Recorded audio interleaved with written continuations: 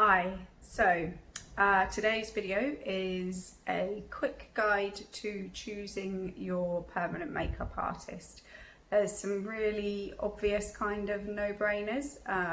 They're obvious to an artist, but they might not be obvious for you. So if you would like to see their certificates, copies of their insurance, you want to know where they've trained, then absolutely ask away.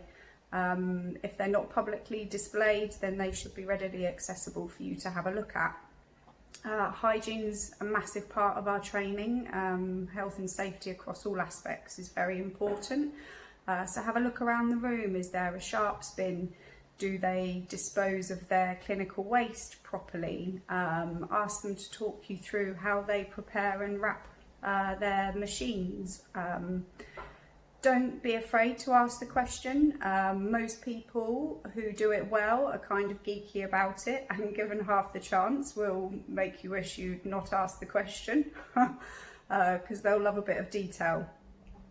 So there are a couple of points of how to sort of approach the kind of the background parts, I guess, the bits that you wouldn't ordinarily see or perhaps ask. If you want to get really into the nitty-gritties of it, always mention the word membrane and needle cartridge, and if they are filled with fear, run a mile. If they can explain to you the point of a membrane, a full membrane and a needle cartridge, then you know you're in the right place. It's a bit of a cheeky one, that, but never mind, it's a good one. So what else?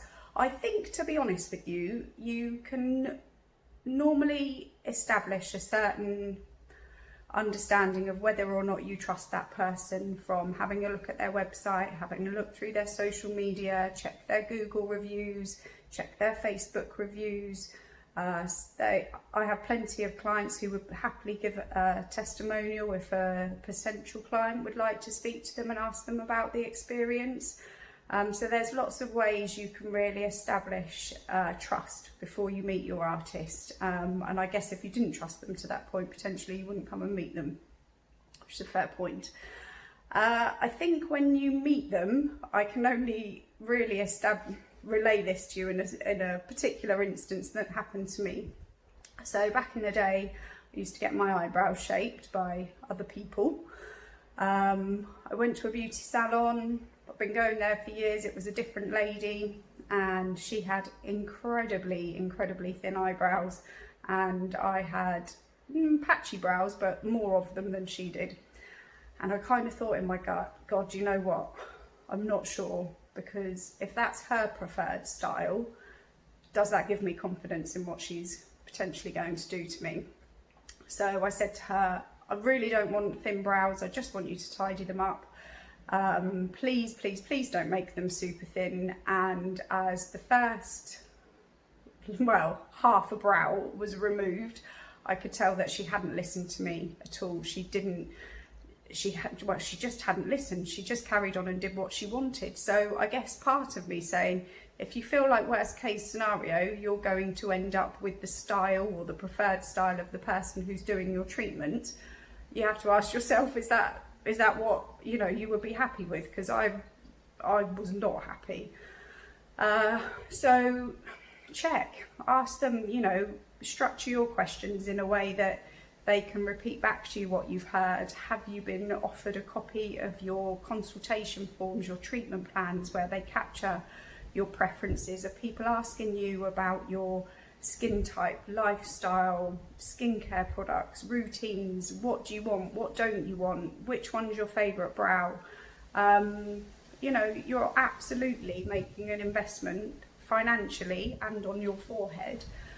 So you are well within your rights to ask as many questions as you want. And if somebody's not comfortable enough to answer them for you, then potentially you're in the wrong place.